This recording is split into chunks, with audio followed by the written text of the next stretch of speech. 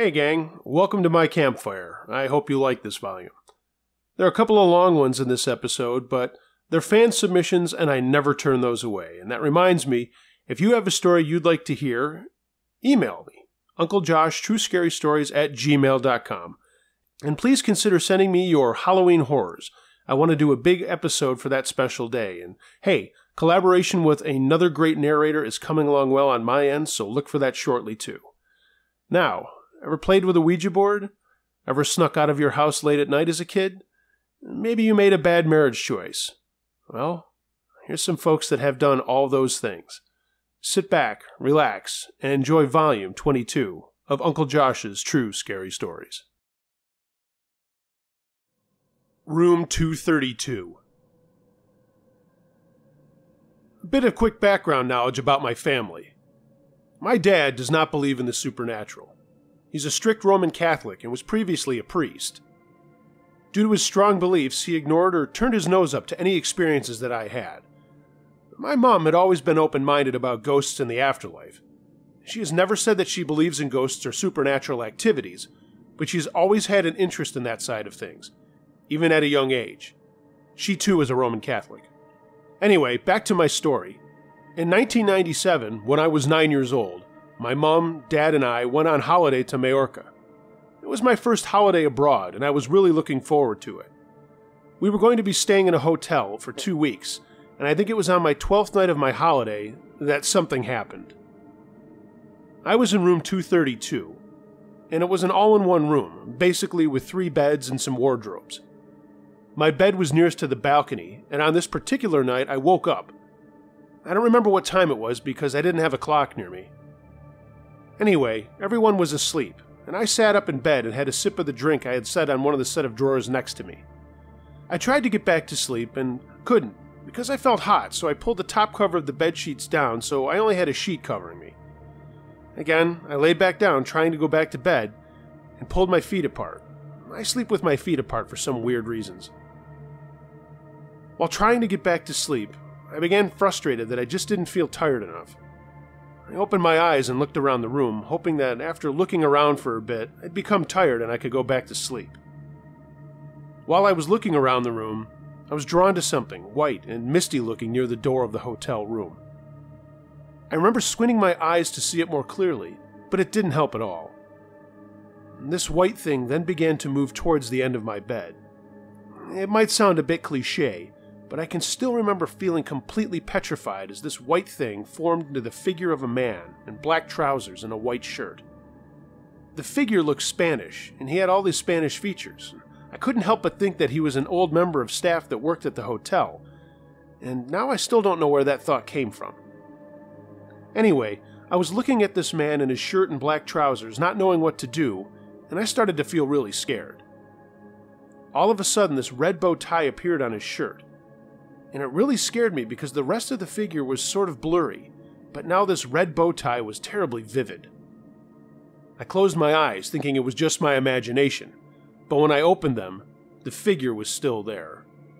The figure was still staring at me, his eyes vividly brown. The scariest part was when he lifted up his arm and held it in the air. I remember thinking, he looks like he's about to hit something. As I was still petrified of this figure, I didn't dare move a muscle. All of a sudden, his arm came flying down, and I swear it hit my foot. Well, I totally lost it. I began screaming and crying, and pulled myself to the top of the bed, and as I did this, I saw the figure just disappear. My mom and dad obviously woke up because of the noise I was making, and asked me what the hell was wrong. I was in a state, and I found it hard getting my words out to tell them what had happened. Eventually, my mom had settled me down, and I told her everything, word for word. As I mentioned, my dad doesn't believe in ghosts, and he told me it was my imagination, but my mom believed that I had seen something. But she told me that I needed to get some sleep, and that we could discuss everything that had happened the next morning. The next morning, neither of my parents mentioned what had happened during the night. I later found out the reason they had said nothing was because they didn't want to scare me and wanted me to believe it was all just a dream and nothing more. However, I was still scared about what had happened, and I brought it up, so my parents listened to what had happened all over again. My parents didn't know what to say to me after I retold what had happened, and they were intrigued that I vividly remembered the red bow tie. At this point, we were just about to have breakfast, but my foot was aching, so I looked at it, and I found a really strange mark, exactly where the figure had hit me. I constantly asked my parents to find out about the uniforms the staff had to wear, but my parents told me the people working at the hotel didn't know what the uniform was like previously. It was only a few years later, when I was talking to my mom about something I experienced at my grandmother's house, which is another story, that I brought up what happened back then. My mom confessed that she and my dad did ask staff members if they knew what the previous uniforms looked like. She said the uniform had changed in the early 1990s, but before that, the staff had to wear black trousers, white shirts, and red bow ties. I swear all of this is true, and it really scared the hell out of me. I am now grateful that my mom didn't tell me what I saw was someone who likely once worked there and was now dead, because I never would have been able to stay in that room for another night.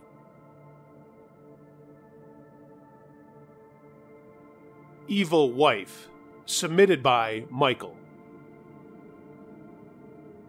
Hello, I'm Michael. Being a daily streamer listener of YouTube True Scary Stories, I guess I knew it would make me write down a true scary story sometime. I'm 45 today, and the story I will share took place when I was 28 years old, from the year 2001 to 2003. I'm not sure if I'm a good storyteller or possess the quality to put it as short as possible, but anyhow, let's give it a shot. By the year 2001, I was a very lonely guy, weighted down by a lifelong depression that was a constant struggle for me to ignore. Though always being an optimist by the power of pure dumb luck, my personality was shaped and molded during this misery when nothing ever seemed to go right. I guess that's what made me invent the one-liner for myself, life is a slapstick. Anyhow, this background is rooted in me, and I still feel like I stand on the foundation of a ruin. It makes me a person that is kind of dependent on that someone that treats me gentle, nice, and likes me, but that's easier said than done. I need that in life to feel at peace. Having this in mind, I guess it's not really hard to understand that when I met this sweet Ukrainian girl called Julia here in Sweden, where I live, a woman who was just too kind and good to be true, I got hooked hard. I met Julia at a private party that my sister had invited me to. At the party, which was mostly only Russians, we drank a lot of nice quality Russian vodka, ate plenty, and everything was generally all out happy. Russians are great to feast with. Julia paid all her attention to me. She was just very close and warm, and very happy and talkative, and I guess she had heard from the others that I was single. Actually, 2 single girls were there just to see me, I later heard, both as young and pretty. Anyhow, this Julia was like a train running over me, and I just had to invite her over for dinner, to see how things would develop, and she certainly wanted that too. Just a few days after the party, she came over, and I made a nice meal for us and decorated my place with a nice tablecloth, roses, and wine. I had a relaxing apartment that had a quite pleasant night view, neon lights from a distant downtown, a bar table with high chairs to experience it, and the moment itself was just completely adorable. I mean, you could feel the passion pounding inside of yourself with an aroused delight. I guess we got carried away on that first date, and couldn't resist going all the way. She was such a sweet and kind person, and so beautiful, and shamefully young for me, in her 18s, but oh, so fresh. She came over most of the nights to stay with me for a couple of months, until I suggested she should just move in. And she did, and we got her things over to my place, and at the same time she quit her job as an au pair. I remember that a strange thing happened that night after our first date, though. I was alone that night and slept well, until I woke up at about 4 o'clock in the morning. Somehow I just sat up, wide awake, and knew that I had to turn my head to the wall. There I saw a hallucination of a devilish face laughing. It had actual horns and a face like a crater-filled moon, and rainbow colors were flashing all around it. It spoke inside my head. Got you! And then it vanished. I was puzzled on why I would hallucinate that. I mean, I had never hallucinated before, so I wondered if there was something funny with my wine, and I do remember that I actually went to the bathroom once, leaving a half-full glass of wine on the table. I thought for a minute, maybe did she put something in it? But I couldn't understand why, so I brushed it off. And this babe didn't need to spike drinks, that's for sure. But none of this made any sense to me. I wanted her bad and didn't want to picture myself being without her, so it wasn't long until I proposed to her. I did that too for a particular reason. I knew that she had been an au pair here in Sweden and actually didn't have a permit to stay anymore. She had already stayed a whole year longer than was legit, as her au pair family wanted to keep her, and they offered to remain her under the deal and kept it under the table. This meant that I could lose the woman forever now, unless, of course, I would make sure to keep her safe with me through marriage. I didn't hesitate a second on that. As I said, I needed her. We traveled to the Ukraine and had a wedding there. And it was one epic time. A lot of people came for a 3-day-long feast with a lot of food and not a person sober. This wedding was so fancy, apparently they talked about it in the whole town, and it even ended up on the news. That felt a little bit ridiculous to me, since I was not a rich person, but in the Ukraine things were quite cheap, and people had a hard, miserable life of poverty in general. We stayed for a month and a half on that first visit.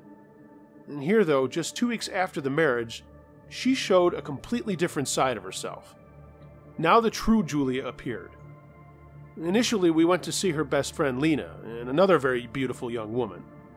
We drank vodka and ate, and I went to the bathroom, and coming back, I find these 2 babes lying down upon the kitchen table, tongue-kissing. Lena's sister was just a child, and was standing there watching this too, and seemed shocked. Poor girl. I said, "Hey, what are you doing? You're married.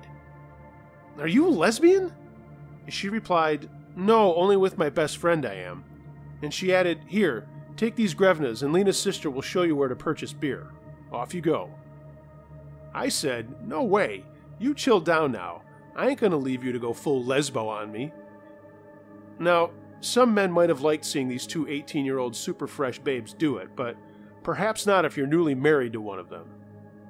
I might end up in foolish situations a lot, but I'm not that dumb, and I know that if I could rage and threaten, pressure, or yell at her, I would never get the truth out of her.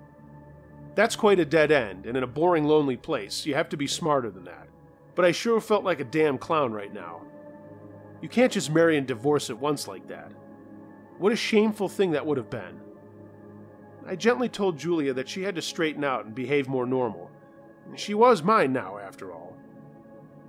She did during our time show occasional lesbian tendencies when she got too drunk, tongue-kissing other young ladies, but I guess I just brushed it off as her being too drunk in general.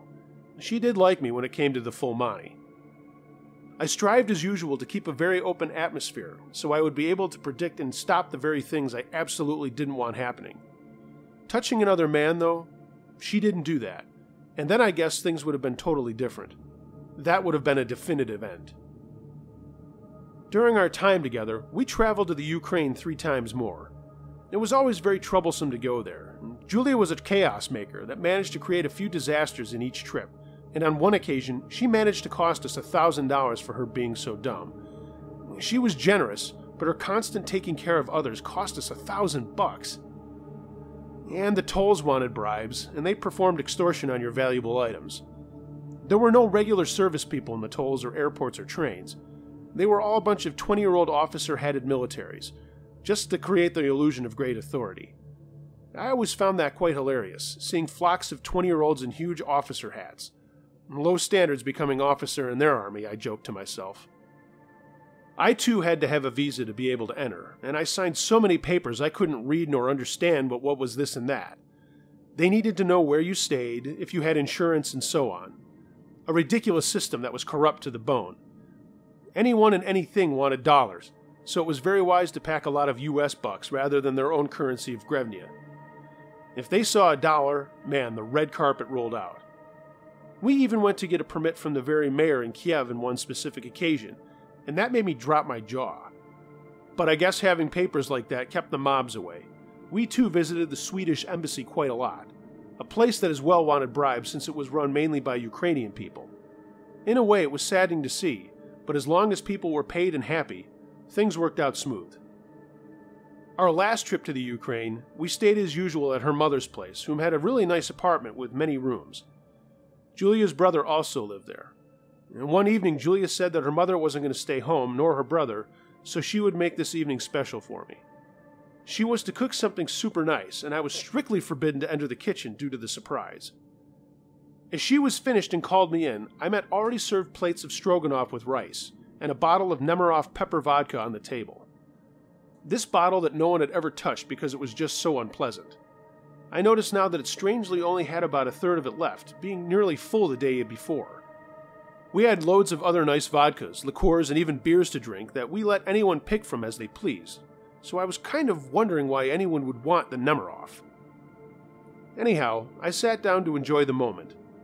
It was strange that the plates were already made, something she had never done before, and it was already salted or spiced, and you absolutely wouldn't do that for other people's plates. The topping was of a whitish powder that I wasn't sure was either salt or whatever, but it looked more like a fine-grained Parmesan cheese, an Italian cheese that I knew they didn't have. We started with a Ukraine ritual, a shot of vodka. She didn't want any, though. Usually the rules call for one shot before, one during the meal, and one after. That because they don't want to keep indoor heating in wintertime, and that it was healthier, they said. So, I downed a shot of the Nemiroff and was taken aback by the effect on it. I mean, I knew Nemiroff pepper vodka. I was actually the only one that could drink it, but this time it tasted darn bitter. So bitter it almost made me feel like I wanted to fall backwards. Shit, I said. What a foul, strong vodka. And then we started eating. I was hungry too, since I rarely ate a lot in the Ukraine. I never really fancied their cuisine that much, apart from these small tasty spring onion sticks and similar vegetarian-based genuine foods. I could just go out eating those spring onions many days. The second shot, I could only get half of that shot glass down. Something totally said stop inside of me. I just couldn't do it.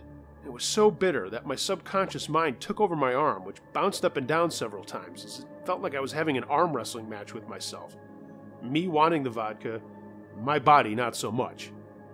After the evening meal, we just went to sleep. And in the morning, I woke up feeling very, very ill, like I needed to throw up. I thought it was strange because I didn't really drink myself to a hangover on 1.5 shots. I mean, that's impossible. But I went to throw up and nothing came. 3 times I went to do that without anything coming at all. Then I fell heavily into a fever. I said, I think I'm sick, and I laid down and felt that fever gaining strength really fast. It totally knocked me out, like I lost every bit of strength in my body to the level that I couldn't even raise an arm up. This was not a normal fever. I noticed that my whole body ached, and I gotta be honest, my heart felt weird. It felt like it was tranquilized. I went mentally AFK, and it felt like how I would picture a hibernation to be. I woke on occasion to see Julia sitting in a chair just staring straight at me with the most viciously eager grin on her face, like she was hypnotized. I told her to go out instead of sitting there with me, but she refused. She just liked sitting there, she said. I knew that facial expression from my father. He was not the best of men, and that's the joy a sadist gets when he's seeing suffering. I was out for 7 days or more, and no change in the state of being at all, until I dreamt that I had a piece of metal in my stomach that wouldn't dissolve. I awoke from that dream, and it made me think about that glass of wine a long time ago, and maybe I was poisoned by something. I told Julia straight out that something of that food was bad. I asked a nice cousin of hers to help me purge Smetlana.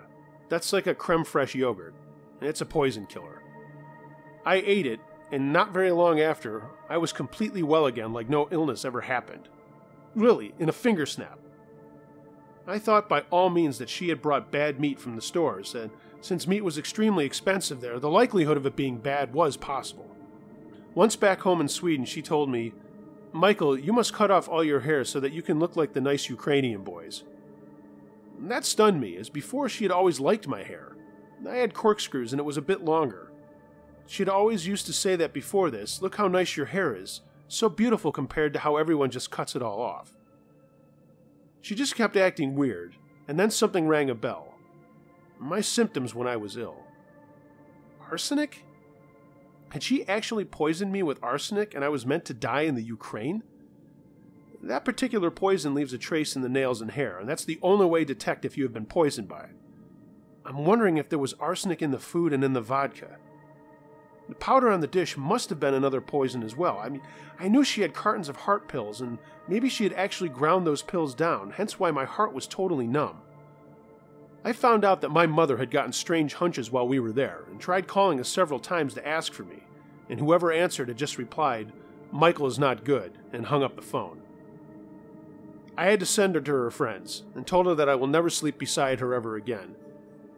She refused to sign divorce papers because that means she would have lost her citizenship in Sweden.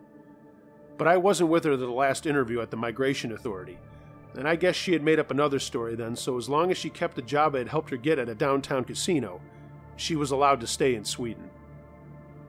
It was only temporary, though, and that made her find another young man in her age. I knew who she found since I found photos of them together. A short young man that hung out a lot by the casino. He knew who I was too, since Julia had shown him pictures of me. I ran into this guy several times and wanted to speak to him, to warn him about her, but she had manipulated him to be hostile. How very tactical of her. So finally, after 3 run-ins with him, I just thought, suit yourself, man, dumb little boy. What happened later was that he died mysteriously, an overdose of some stimulant, but not before she managed to get herself pregnant by him. Now she was hooked in Sweden too. A daughter born here, but her father being dead, they couldn't by law expel Julia. The woman is a black widow. I feel poorly for people that cross her path. The sum of it all is for sure that I will never ever again get married. And trust me, this borderline personality flake of a woman was like a mind bayonet. It took me a decade at least to land after this era. She created disasters, and I could for sure written an entire book about her and my time together. Anyhow, I hope you like me sharing this, and hopefully it makes you think as well. Because all people aren't just nice, constructive, and positive. Some are actually pure monsters.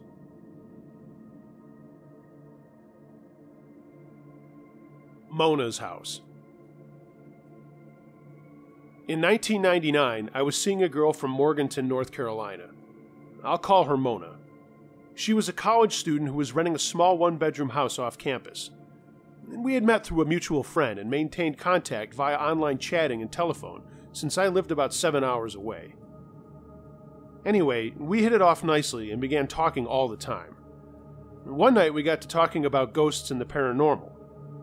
I told her I had never really seen anything, but I did share with Mona a couple of strange happenings that I had experienced and some spooky stories I knew.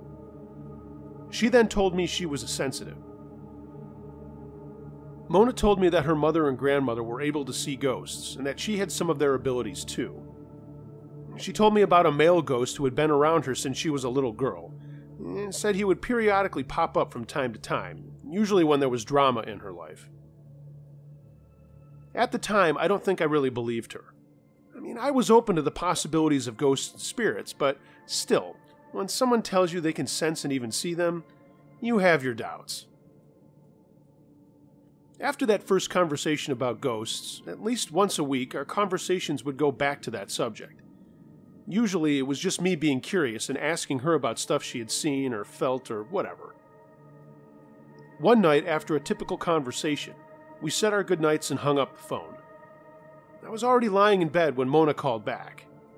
I could hear that she was shaken. It was coming through her voice. She said there was something in the house with her, and I asked her if she had seen who or what it was.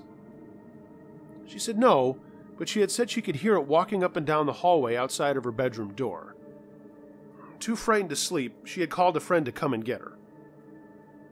Even after all this, I still wasn't sure what to think. Then, one night, Mona suggested that I come spend the weekend. Not for a ghost hunt or anything, but just to spend some time together. We were both stressed from schoolwork, and with Labor Day coming up, it seemed like a good idea. When Mona told me that she was now convinced her house was haunted, I just brushed it off as a test and to see how much I really wanted to see her. On Friday, I drove 8 hours and arrived after 8 p.m. that evening. At first, things were a little awkward, but we quickly got comfortable with each other, laughing and joking like we did on the phone. We watched a movie, and then she gave me a pillow and blanket and said I could crash on the couch. I gotta admit, that was a little disappointing. Anyway, I had forgotten all about the whole haunted house thing until she turned the lights out and shut her bedroom door. As I was laying there, eyes wide open, I was looking around without breathing. Suddenly, nothing. I giggled and quickly fell asleep. The next day we spent the day together, sightseeing, and after a late lunch we came back to her house and met her sister and brother. I'll call her sister Kelly and her brother Frank. Kelly was the typical cute younger sister type, but Frank was a strange cat. Frank was slightly mentally retarded, and Mona told me that he had been in and out of a mental hospital for years. I didn't mean to be a jerk, but that did kind of spook me, but wanting to impress this girl, I was as nice and casual around Frank as possible. Now, the plan was for all of us to go to their oldest brother's restaurant for dinner. However, just as we were about to leave, Frank insisted on staying home. He wanted to play some games on the internet and chat with some friends, and after futilely trying to get Frank to join us, the girls gave up and we went to dinner without him. After dinner, we came home around 11. All the lights were out, and we thought maybe Frank had gone to bed. But when we walked in the front door and turned on the lights, we found Frank curled up in a corner, sweating his ass off and breathing like he had just run a marathon. This is where things started to get weird. The girls seemed to act as if they expected Frank to be like he was. They just went into the bedroom, and I sat on the couch and Frank slowly joined me over there. I looked at him and said, "Frankie, you okay, man?" He replied with a scary-ass giggle. Yeah, man, I'm okay. I just see lots of ghosts." Dead silence. I mean, what do you say to someone who has just said something like that to you? A couple of minutes later, Kelly came out and she and Frank left, bidding Mona and I a good night. Looking back, I should have left right then and there. I should have gone to a hotel. But what can I say? I was young and horny. Hey, I'm just being honest. So Mona and I were alone again, and we started to watch a movie. Actually, I do remember it was Good Will Hunting. When it ended, it was about 1 a.m., and we were both tired, but we wanted to spend more time together, so we put in another movie, Titanic. About 20 minutes into the movie, we heard noises coming from the kitchen. It sounded like someone was clinking dishes together. We were laying on the floor and both sat up immediately. She told me, "Go see what that is." Bravely, I responded, "Fuck that, it's your house, you go." After a few seconds, the noises stopped, and we watched the movie for another half hour or more, and then decided to go to bed.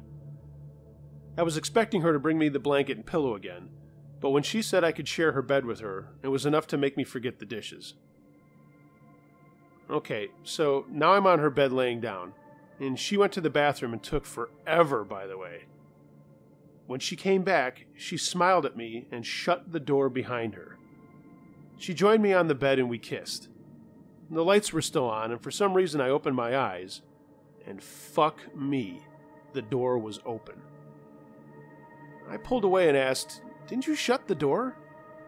She said, "Yeah, I think so." She got up and shut the door again, and this time locked it. She turned off the lamp and joined me on the bed again, and we began to make out. Several minutes later, as my eyes got used to the dark, I looked up again, and that fucking door was wide open again. Now I was spooked. But as I learned that night, there are other emotions that can override the emotion of fear. Eventually, we started doing the thing that two adults do when they are really attracted to one another, and I forgot about the door. But here's the part that no one believes. As I was finishing, I looked up towards the doorway again, and I swear I saw the silhouette of a small woman. I blinked from the sweat in my eyes, and she was gone. Later, when I asked Mona if she had seen anything, she said no because her eyes were closed. Later that week, after I had gone home, Mona told me that she had a dream. In the dream, she told me that an old woman came to her and apologized for scaring us. She told Mona that she had lived and died in that little house, and that she didn't mean to scare anyone and was just trying to get our attention. I've told both of my brothers about this story, and they don't believe me. I told a male cousin about it, and he just laughed. I told my wife about this weekend with this girl, and she laughed too. So now I'm sharing it with you guys. I admit it is a bit funny in retrospect, but that's what happened. Hey gang, this story isn't as scary as it is tense, and I really like it. It's extremely long, but it was sent in by listener Racer X, and it reminds me a lot of how I was growing up in the suburbs of Buffalo, New York, the way that we used to sneak out when we were really little. And, when you're 12 or 13, or even younger in my case, it was just a lot of fun to run around in neighborhoods and see if you couldn't get caught. And thankfully, I never did. You'll have to wait to hear what happens to Racer X in this one. The Separated Journey, submitted by Racer X. I'm a male in my late 40s, and I'll go by the name Kyle for this story.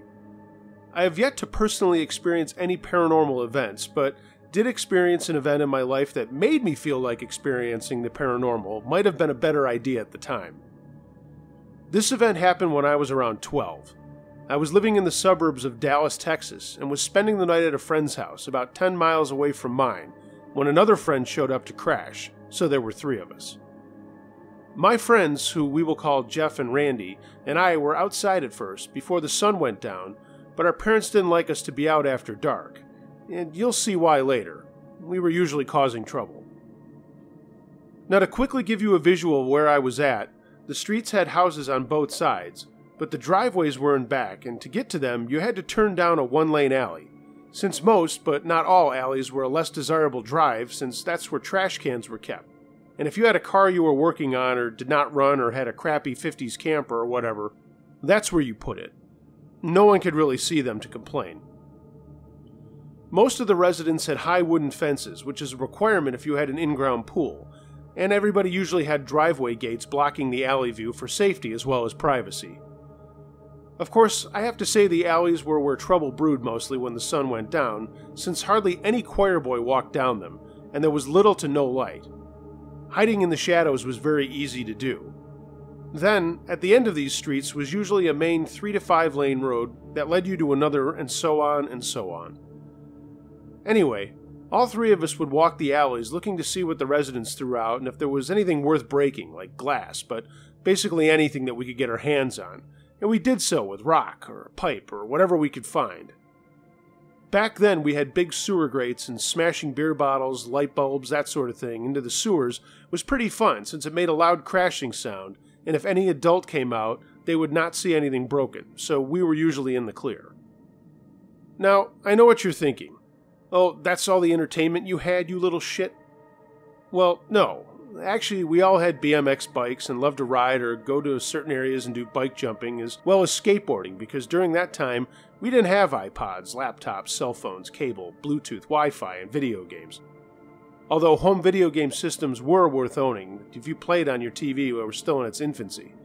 And at that time, yes, I did have an Atari 2600, but I didn't have a lot of games, and other kids did not have any video games at all. To play video games meant you had to hustle your ass on your BMX to the 7-Eleven 3 blocks away, and for 25 cents play the life-size video games. Fast forward a few hours and it was sometime after 8 p.m., and of course now dark outside, so the 3 of us were playing video games on the TV in Randy's living room. He was the kind of guy who didn't go for the Atari 2600. He had an Intellivision system, so that's what we had, and we took turns since there were 3 of us playing against the winner of the previous game until we got bored. Randy also only had a few games, as well as Randy's mom wanted to go to bed early. She was single and worked a double shift, and she wanted no game noise blaring in her ears since her bedroom was the first room off the living room area. So, we migrated to Randy's room, where he had a smaller black and white TV. And after we all got bored with what shows were on, we moved to something else, which was a game we all played back then called Dungeons & Dragons, or D&D. During that time, we got to talking about our girlfriends, and when we got to mine, who I will call Jessica, I told them that she wanted to hang out at the mall, but I told her I was hanging out with these guys. We would have to do that on the following weekend.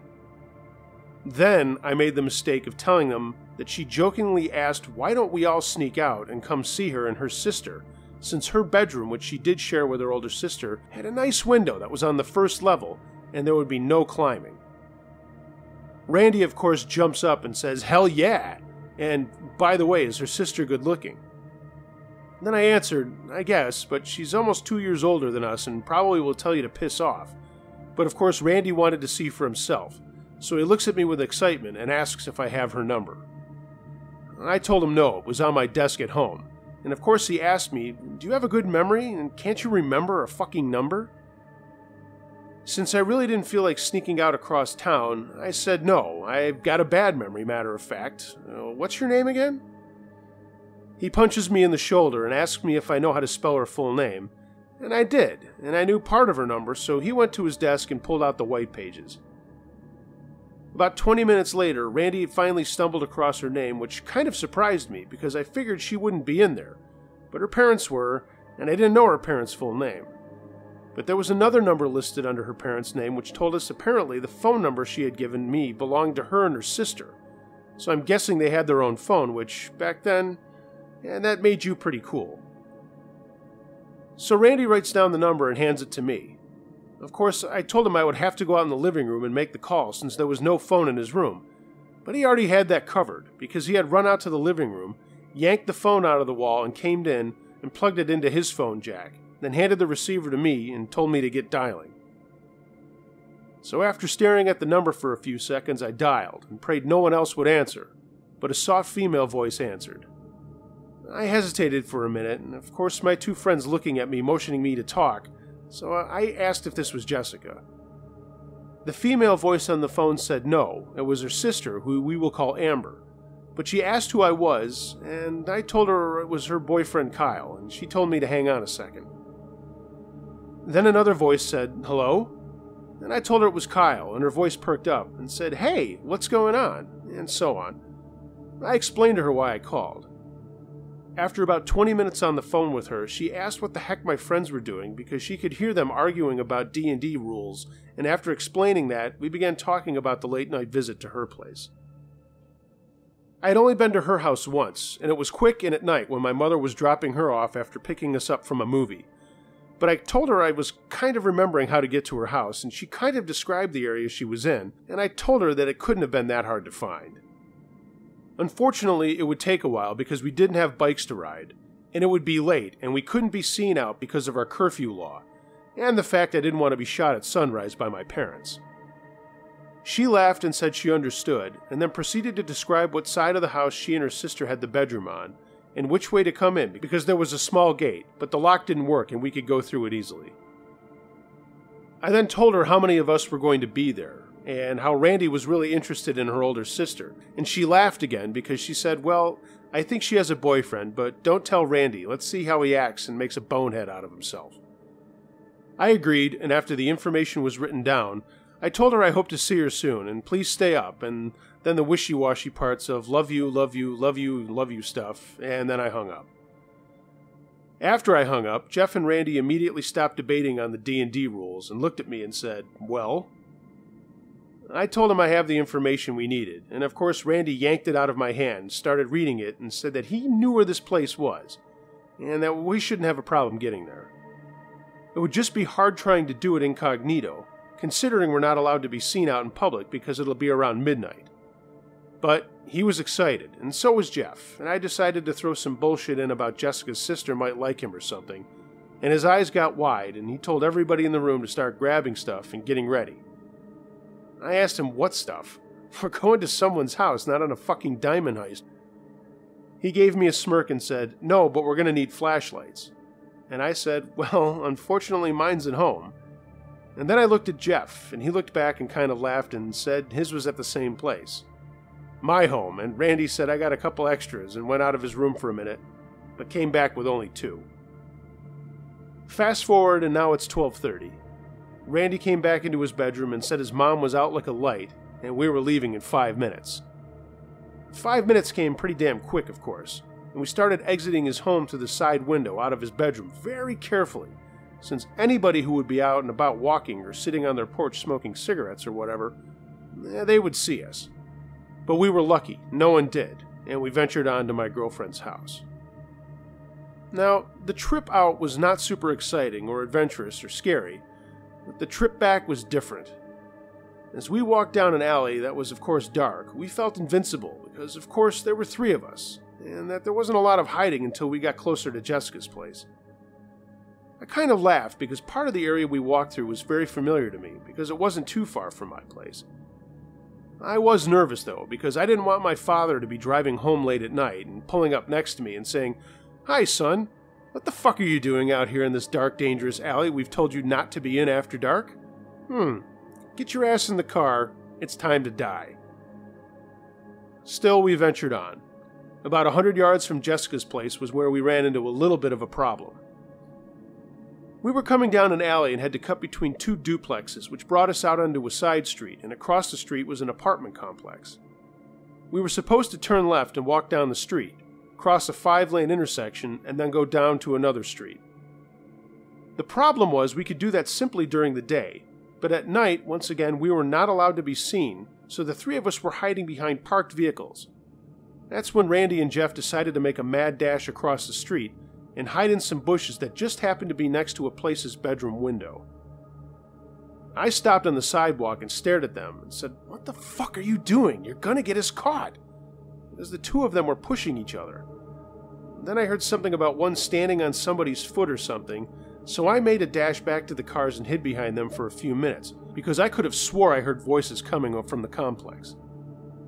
I wasn't sure since it was very dark, and being young and out in the dark with voices traveling and playing tricks in your head, I just couldn't tell or know where anything was.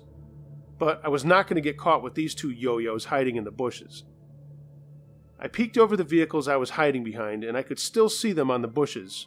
A little bit, but then all of a sudden, two of them made another mad dash out of the bushes, and without looking across the 5 lanes of traffic to the other side. And that's when they disappeared in the dark behind the first house on the corner. I stood up and just stared in that direction, wondering what the hell just happened. Hey guys, don't you remember me? So I ran down the opposite side of the street. But of course, I was now in the yards of the homes, and I had to hide behind a brick retaining wall looking for them, because cars were now driving on the main road, which kept me from crossing. Freaking out, I'm yelling across the street with a raspy voice like you see in the movies, when someone is sneaking up on someone else and doesn't want anybody to hear them, but you know damn well they do. I'm yelling out their names, and "Where the hell are you?" And of course, I get no response. So after waiting for cars to go by, I hop the brick retaining wall and make a run across the main streets to the house that they ran behind, and come out on the other side and start scanning around, looking for them. But of course, I can't see shit. And here comes a car, then I had to dive behind some trash cans hoping no one saw me. Now I'm really ticked off, and I'm thinking I can probably just find my girlfriend's place without them, but when I start going down the street, it doesn't look familiar to me, and I'm starting to freak out even more now because I'm not sure where the house is. And again, Randy had the directions as he was going to be the leader. Now he's gone, so I have no way of knowing. Foolishly, I yell out with the raspy voice again for Randy and Jeff, and of course, no response.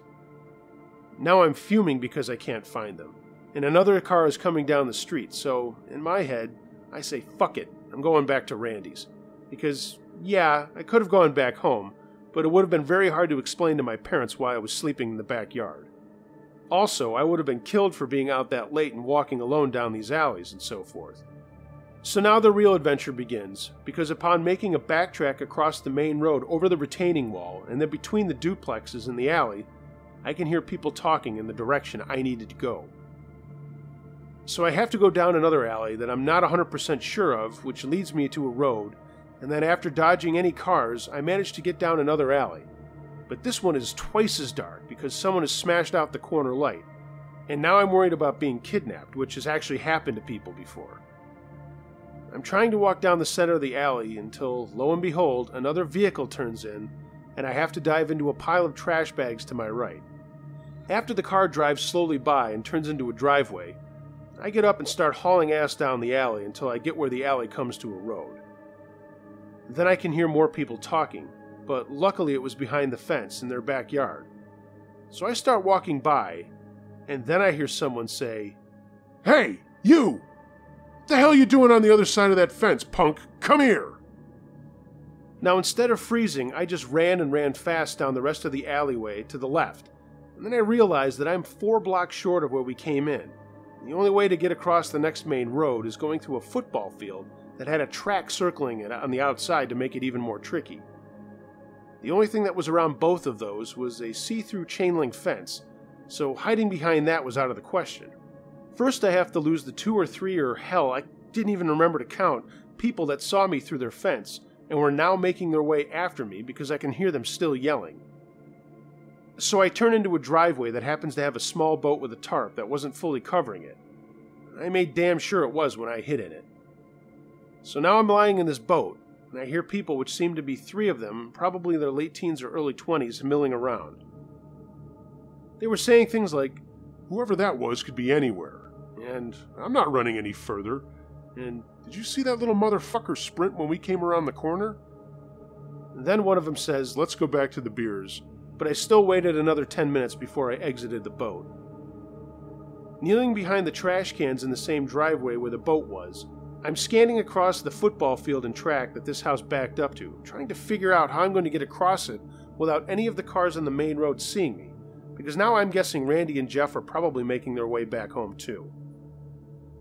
If they got there before me and notice I'm not there, then one of them I'm sure will want to tell his mother or call the police or some bullshit, and again I'll be killed by my parents. So I run and hop the fence and make it across the field towards another chain link fence, and I think I'm doing pretty good considering I'm almost there. But then of course cars come and I dive face first to the ground. This time I'm convinced they must have seen me. But none of the cars slowed down, and they moved on, and I got up, hopped the fence, and got across the street and behind a vehicle parked in the corner house driveway. Then I heard a truck go by, and that's when I felt it was time to have a heart attack. After sitting behind the vehicle in the driveway for about another 10 minutes trying to catch my breath, I sneaked out upon the sidewalk to take a look up the street and realized that it's a straight shot. But the problem is, any car that comes down in either direction can see anybody and everybody. So this means I have to walk along all the houses and behind the houses and part of the alley to the right. So I start walking down the sidewalk foolishly because I'm pissed off to the max right now, and I'm going to whoop some serious ass when I get a hold of Randy and Jeff. I figure I can take on anybody now because I'm not even scared of my parents, until a car turns onto the main street, and of course I run for cover up in somebody's driveway. There's no vehicles to hide behind, but they had a brick inlay or post-like design where I was able to stand in the shadows and suck in my gut, which was really not much of a gut. But first I start walking in the yards of the homes facing the main road, because this section doesn't have an alleyway, and I'm going to have to go up another direction that we did not come down. After doing this in and out thing with people's yards, I start getting closer to the last main road to cross, when I hear a dog start barking. Suddenly, a porch light comes on, and now I'm running twice as fast until I crack my ankle on something made of cement or iron or steel or whatever, but I didn't see it because it was dark in that section of the yard. It turned out to be one of those little yard gnomes, and I have to kneel down behind the neighbor's porch that was next to the dog and light that just came on. In pain, I'm holding my ankle and watching as some guy comes out on his porch looking around, and then telling his dog to shut the hell up, there's no one out here. But he still decides to walk out a little further and look in my direction. Now you have to understand, I'm thinking, what the hell is this guy doing, because it's got to be at least 1:30 or 2 in the morning. But I'm 12, and not really ever staying up that late. I guess I didn't understand that some people were night owls. After finally getting some relief in my ankle, the guy ends up walking back into the house and slamming the door. Then of course I panic again, because I figured now that he slammed the door and yelled at his dog, somebody else will come out to see what's going on. I start to run again with a limp until I get to an area where I can cut between 2 houses and get down the alleyway that's to the left. I feel somewhat safer because there's not a lot of lights, but of course that changes when I start hearing things, and of course not seeing them. My heart's now racing as I race to the main road for the last time. After clearing the main road, I realize where I'm at, and it's my friend's house. It's just about 2 blocks ahead of me, except now I see someone jogging and have to take cover behind some more trash cans. This is a corner house, and they will be coming along the main road, so once again, I wait and don't breathe. The jogger goes by and I make a beeline down the alley until I hear a car start and reverse lights come on. Now I have to backtrack and find a place to hide, which ends up being somebody's big driveway who has another dog. I run across the driveway to another driveway and hide behind a camper trailer. I'm thinking to myself, this is such bullshit. I'm going to get my ass wrung out by my parents, and then I'm probably going to go to prison because I'm going to kill two people named Randy and Jeff when I get back to the house, if I ever even get back there. The car backs up and out into an alley and slowly drives away. Except this time I don't have any patience, so I come out into the alley along the fence line, because the shadow of the area where I'm supposedly hidden from view, it seems like a good place to be, but the damn car stops. And I freeze for a second, and then panic when I see the reverse lights come on again. And this time I run back to the camper I was hiding at and notice their gate is open, leading to the front of the house. I run through that, ending up in their front yard, and running around that to the left. Now I'm down two houses and notice there's no fencing to the left, so I cut between the houses and hide behind another car in another driveway, trying to figure out why the car stopped and started going in reverse. I can see the shining headlights, but no car, and I inch my way down to the parked cars in the driveway and realize I guess the dumbass forgot something or he wanted to throw something away, because they had the car door open, and I heard him saying something to somebody else. And then I heard the sound of trash getting thrown into a trash can, followed by the door closing on the car, it going into gear and causing me to fall backwards and then crawl back beside the vehicle closest to the garage. While hiding, I noticed the car drive by slowly and disappear out of view because of the fencing to my right, and that's the only way you can go. So I wait for the car to disappear out of sight, take the alley and cut between the two houses and come out into a cul-de-sac, and just two houses down is my friend's place. I see the window is still partially open and tear ass after it. When I get to the window, I kneel down beside it and look around behind me and see that no one else is there, so I slide open the window and crawl through, almost taking out the shades as one caught my shoe. Luckily, I caught it with my hand and causing that loud issue to not actually happen. Then I slowly close the window, leaving a crack, and I turn and look, but Randy and Jeff are nowhere to be found. I kick off my shoes and lay on my sleeping bag, staring up at the ceiling, telling myself, okay, I can die now peacefully. But then I start to worry, because knowing Randy and Jeff are still out there, what if they get caught? And then my successful adventure that nearly gave me 2 strokes and 4 heart attacks and wet pants would have all been for nothing. So I just laid there and waited. Fast forward about an hour, and I'm just starting to doze off because I've now gotten somewhat calm, when I hear the window slide open and see a figure start crawling through. It was Randy. After he enters, he holds the blinds for Jeff to not unhook them, and they both close the window and turn to me now because I'm sitting up ready to kill. Randy first speaks and says, "Holy shit, you got back here before us? I'll be damned." But before he could continue, I said to them in the raspy, quiet voice but filled with anger, "What the fuck was the matter with you two?" Jeff looks at me with confusion, and I remind him that this was supposed to be a group effort, but leaving me behind was pretty fucking stupid. That's when Randy said that they took off because they thought when I turned around and went behind the cars that I was just going to go home. I said, "No, asshole. I turned around and went back to the cars because you dumbasses were making too much noise hiding in the bushes next to somebody's bedroom window." Jeff spoke up and said, "Well, that's because this asshole was standing on my hand and then accidentally elbowed me in the face when he was trying to slide down into the bushes next to the window." I was still bent, but I couldn't help laughing a little bit, picturing these two stooges doing what they had just described. Then Randy was going to say something, but I put my hand up and said, "I don't want to hear any more of your bullshit. But instead, tell me, did you see my girl and her sister?" Randy and Jeff both said no, and then Jeff said something about when they went to tap on a window where Jessica told them to go, it was dark, and when they did tap, no one came. They sat there for about 30 or 45 minutes, and then decided that they should tap on another window. But then they had to hide because a neighbor came out with a dog that had to take a whiz, and then after a few more taps to the dark window, they gave up and headed back.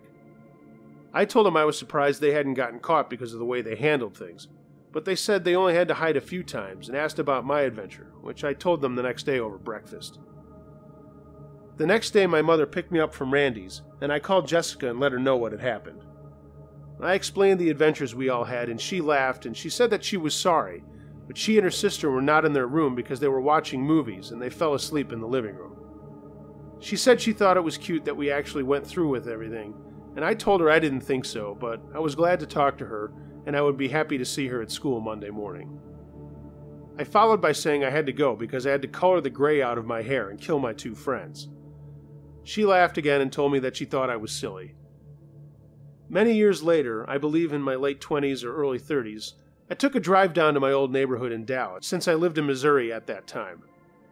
I drove down all the alleys, even the one by my house, and I realized how small they were, even though they looked like they were so big at the age of 12. When I stopped my car to look around some more, it was at night, and I made damn sure to lock all my doors.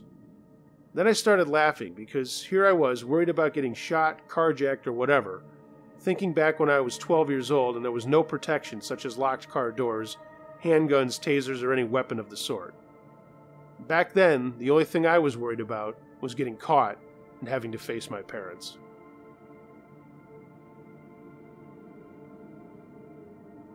The Faceless Figure. About 12 years ago, my aunt and uncle were in a state of flux. My uncle was starting a new job and they were looking for a new home, and they settled on a 2-family duplex in a small northern Wisconsin town. I don't remember which town it was, but I do remember it was in the Eau Claire area.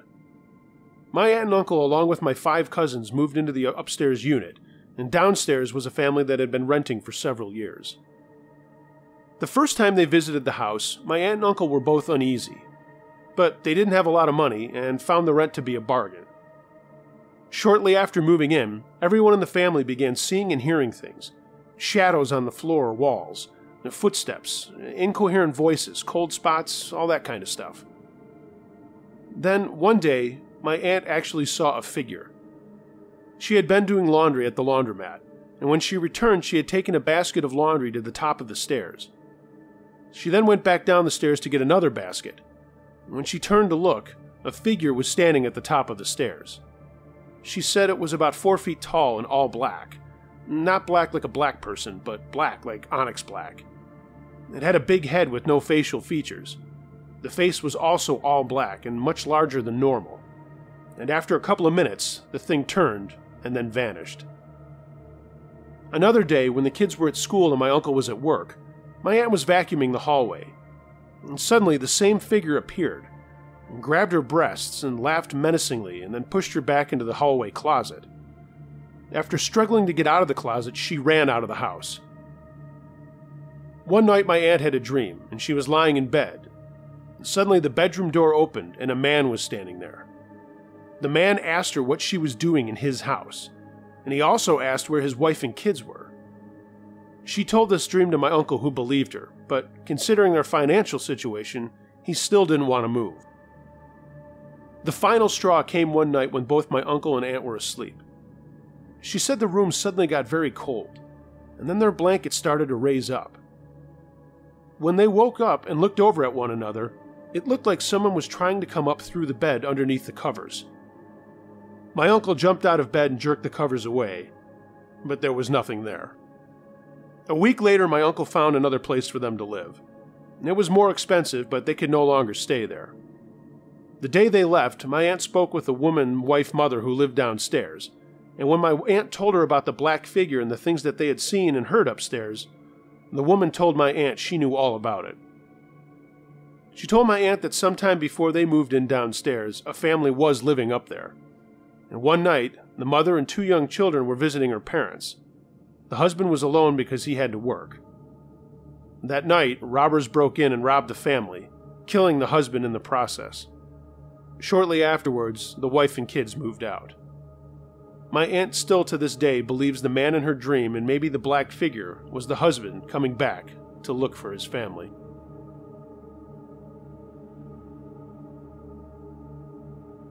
The Ouija Board is No Joke, by Betty. This happened in 1986. My boyfriend at the time, he is dead now, died 6 years ago and when he was 37 in a tragic car accident on the highway. Well, he was a couple of years younger than me. He would always do and say things to scare me because he thought it was funny when I got scared. So one day he told me a story about the Ouija board. He said if you burned the Ouija board at night at a certain time, you would hear all the souls screaming and crying. I wasn't scared by this story because I just didn't believe it. The Ouija board is just a game, and I was thinking if it was evil, why would they sell it in stores? I asked his cousin, and he said it was true, and he also said that they had done it once. I don't remember whose house we were at, but his cousin brought the Ouija board over and asked if he wanted to play. So I was like, yeah. Well, we tried playing it, but the pointer never moved. Then he said you can't ask it stupid questions like if you're going to win the lottery or if I'm pretty, stuff like that. So we started asking different questions. It still didn't work. We tried a couple times after that, and his cousin said we had to have someone who was serious or it wouldn't work. So I asked my then boyfriend's mother, who also died years ago at the age of 46, and she said no. Then she starts telling us a story about two young girls who played with it. She said they were getting attacked while they were sleeping at night, and they would wake up with bad scratches and bruises all over them. I still didn't believe. But we tried again, and the third time was the charm, because it worked. I asked if we were speaking to someone, and it wrote back, Captain Soho. And I asked how old he was, but it just spelled out 1898. Then we asked more questions, and it just stopped. So I'm thinking that it's just my boyfriend doing it to make me believe, and I didn't feel like playing anymore. So months go by, and he has his friends over to the house. It was his mother's house, and I asked his cousin to bring the board over. Jeff asked if he wanted to play, and he said he was still game. Now, this guy Jeff was insane. He would stick thick needles into his skin all the way through and was not afraid of anything. But he was really nice to his girlfriends. So there were the three of us playing, Jeff, myself, and my boyfriend. We tried to get a hold of Captain Soho, but nothing happened. We tried for a while, then all of a sudden the pointer started moving, and I'm asking each of them, "Are you doing this?" And they both said no. So I start asking questions like who was going to have a long life and who wasn't. I asked about my grandmother and myself, and it said we were going to have long lives. I asked if Jeff and my boyfriend's mother, and it said no for them. So my boyfriend got pissed, got up and left. So then I asked when we were going to die, and the board just stopped. I got up and started saying it was fake and I don't believe you, and I start walking away and I hear Jeff moaning. I turn around and look at Jeff, and his eyes are all rolled up in his head like he's having convulsions and sweating. I'm yelling at him to stop because I knew he was trying to scare me. We looked at the pointer, and it was going all crazy fast on the board, going side to side and in circles, and I'm screaming for Jeff to stop. So now I'm just looking at the board to see if it spells out anything. And what it spelled out scared the living shit out of me. It first wrote die, and then it wrote the number of the beast, which I know everyone knows that number, and it called me a whore. I am screaming for my boyfriend, and he comes in the room and sees Jeff, so it wasn't just me who saw him. Then in an instant he was normal again, and he said he didn't remember anything, which I believe because Jeff wasn't looking down at the Ouija when it was spelling. Not only that, but you can't go as fast as it did and land on the exact letter you want and spelled out things super quick. A week later, I ended up getting into a car accident in another town. I have scars on my face to prove it, and my friend who was driving got hurt really bad. Then, a week after my accident, my boyfriend got into his. A few weeks after that, Jeff committed suicide. He hung himself. Well, he was dead for 15 minutes, and they somehow brought him back to life, but for not having oxygen so long, he was brain dead, so it's like he was dead. He did die a few years after that. He was in his late 20s. I was the only one left that played with that board that day. A lot of things happened to me over the years coming close to death, and I even tried to commit suicide once. I was dead too for 3 minutes, but they brought me back. They told my family that I might be brain dead when I woke up, and I wasn't going to be the same person before I did it. I woke up a day or two later after they took the tubes out of me, and the doctors couldn't believe it. They asked questions and I answered all of them. I had no signs of brain damage, and the doctors were amazed.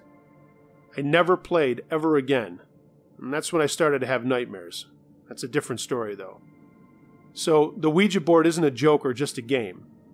It seems to be some kind of way to release lost or evil spirits into our world, or at least something that knows our future.